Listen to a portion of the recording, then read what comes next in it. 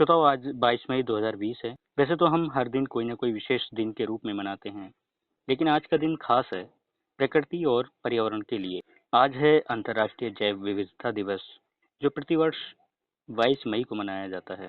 हालांकि यह दिवस पहले 29 दिसंबर को मनाया जाता था, लेकिन बाद में संयुक्त राष्ट्र महासभा ने 22 मई को जैव विविधता दिवस मनाने की घोषणा की। जैव विविधता दिवस मनाने का उद्देश्य प्रकृति एवं पर्यावरण को आपस में संतुलन बनाए रखना है। विभिन्न प्रकार के जीव जंतुओं और पेड़ पौधों का अस्तित्व धरती पर एक साथ बनाए रखना इसका उद्देश्य है। जैव विविधता पर और विस्तार से बात करने के लिए आज कार्यक्रम में हमारे साथ हैं पर्यावरण और पशु पक्षियों से अथाह प्रेम करने वाले सामाजिक कार्यकर्ता और पर्यावरणविद ब्रजभूषण दुबे। दुबे जी, कार्यक्रम में आपका स्वागत है। धन्यवाद। दुबे जी, आज अंतर्राष्ट्रीय जैव विविधता दिवस है। देखिए, जैसा कि जैव विविधता जीव जंतु पशु पक्षी जो भी इस धरती पर हैं, सबका समान अधिकार है और किसी के साथ छेड़छाड़ नहीं की जा सकती। यदि हम छेड़छाड़ करेंगे, उनके आशियाने को उजाड़ेंगे और उनका जो गरिमा के साथ, यह देखिए मनुष्य के लिए गरिमा शब्द प्रयोग हुआ है अनुच्छेद 21 में संविधान में। उसी प्रकार जीव जंतु संरक्षण अधिनियम 1972, बाद में इसको संशोधित करके 2002 कर दिया गया, 2002-3 में कई चीजें संशोधित की गई, तो उनका भी अधिकार है। और मनुष्य पर्यावरण से लेता है, कुछ देता नहीं है, लेकिन जितने भी जीव जंतु हैं धरती पर सभी पर्यावरण को देते हैं। तो इनके साथ जो छेड़छाड़ हुआ उसका खामियाजा भी हम भुगत रहे हैं कोरोना वायरस के रूप में। आज वैश्विक रूप में जो हम अदृश्य शत्रु का मुकाबला नहीं कर पा रहे हैं, इसके मूल में भी है हमने धरती का लगातार दोहन किया, उसका पानी समाप्त हुआ। लगातार दोहन करते करते हमने लगातार पहाड़ों को नष्ट कर दिया। तो यह सब जो सृष्टि का नियम है पर्यावरण का, उसके साथ लगातार छेड़छाड़ हुई। अब इसका परिणाम यह हुआ, कहीं तेंदुआ घुस रहा है गाँव में, कहीं हाथी घुस रहा है, कहीं बाघ आ रहे हैं, कहीं जंगली सूअर आ रहे हैं।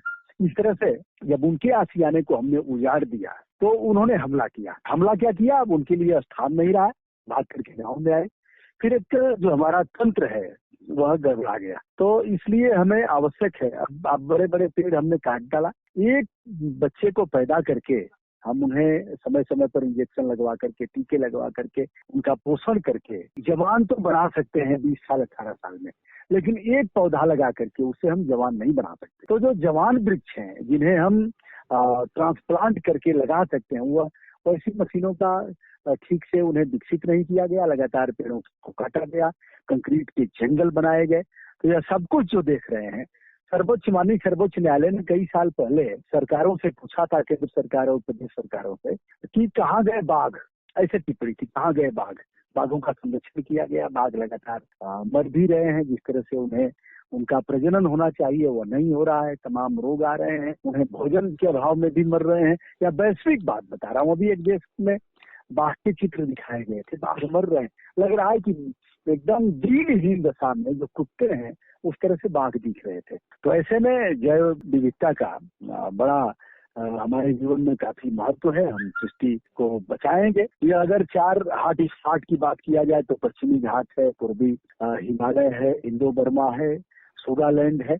इस तरह से यह 4 हॉट स्पॉट विकसित किए गए हैं। जैव विविधता दिवस को मनाने की आखिर क्यों जरूरत महसूस हुई? इसके पीछे क्या उद्देश्य था संयुक्त राष्ट्र महासभा का? देखिए, महसूस तो यह हुई कि जब हम सृष्टि के साथ छेड़छाड़ करेंगे और लगातार जिन्हें इस धरती पर रहने का अधिकार है, मधुमक्खियों से लेकर के और जो छोटी चिड़िया है, बुनकर प्रजाति जो नहीं दिख रही हैं, उनसे लेकर के हाथी, गैंडा, जिराफ, सबका अधिकार है। उस अधिकार के साथ हमने छेड़छाड़ किया, उनको उनके आशियाने उजाड़े। तो पूरे वैश्विक स्तर पर यह तय किया गया कि जैव विविधता होनी चाहिए। आज तमाम जड़ी बूटियां हमारे बीच से नष्ट हो गई, उनकी भी एक संहिता है।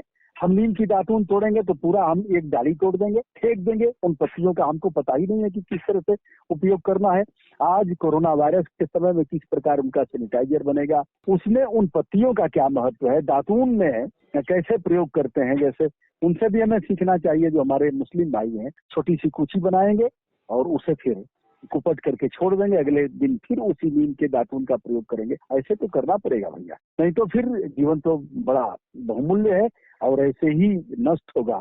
ये भी हमने ध्यान नहीं दिया। अंतर्राष्ट्रीय स्तर पर महसूस किया गया कि इनके जीवन के साथ छेड़छाड़ हो रहा है और इनके आशियाने उजाड़े जा रहे हैं, तो मनुष्य को भी उसका दंड भोगना पड़ेगा। दुबे जी, हमें पता है आप बहुत सारे ऐसे कार्यों में लगे रहते हैं जो सामाजिक सरोकार से जुड़े होते हैं। आज जैव विविधता दिवस पर हम सबको कैसे आत्मसात किया जाए, किस तरीके से हम अपनी जो आने वाली पीढ़ी है उसको इस बारे में जागरूक करें? जी, दरख्त का बड़ा महत्व है कलाम पाठ में, और नीम और अन्य वृक्षों का संरक्षण करते हैं, वह पानी भी बचाते हैं, तो उनसे भी हमें सीख लेनी चाहिए। जिस तरह से वो ऐसे पात्र का प्रयोग करते हैं जिससे पानी टोटी के माध्यम से गिरता है, बधना और अन्य उसे पता नहीं क्या क्या बोलते हैं, तो ऐसे पात्रों को भी विकसित करना पड़ेगा। पहले साधु महात्मा कमंडल का प्रयोग करते थे, कमंडल भी उसी का रूप था। तो एक तो पानी बचाने के लिए ऐसे करना पड़ेगा, उतना ही हमें लगातार धरती के कोख से हम पानी निकाल रहे हैं और जा नहीं रहा है।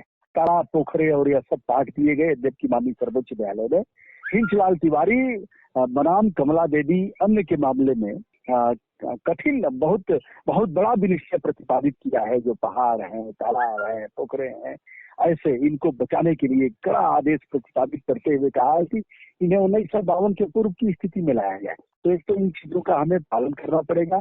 और हम तो देखिए, हम लोग अपने जीवन में शामिल किए हैं, हजारों वृक्ष हमने रोपित किया है मित्रों के सहयोग से। जब व्यक्ति का अंतिम संस्कार होने के उपरांत जब त्रयोदशी, तो हम लोग एक एक पौधे लेकर के जाते हैं। बच्चे की मूल शांति है उसमें लेकर के जाएंगे, पति पत्नी शादी करके आएंगे तो उनके हाथ से भी हम लोग पौधरोपण कराएंगे। बच्चे का जन्मदिन है, वहां भी लेकर के जाएंगे। तो इस तरह से अगर अपने जीवन में तमाम पर्व हैं, 16 संस्कार हैं, जन्म से लेकर मृत्यु तक, अगर इनमें शामिल किया जाए तो मुझे लग रहा है कि बहुत हद तक हम पर्यावरण को बचाने में सफल होंगे। ऐसे करना चाहिए, हाथ पे हाथ रख के बैठने से नहीं होगा।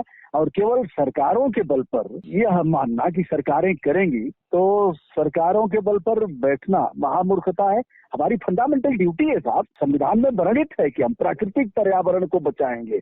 अनुच्छेद 51 क में इस बात को कहा गया है कि देश का हर व्यक्ति पर्यावरण का संरक्षण करेगा और पर्यावरण को बचाने में अब सारी तकनीक अपनाएगा, नदियों को बचाएगा, प्राकृतिक पर्यावरण का ठीक से हमारे ग्रंथों में भी कहा गया है।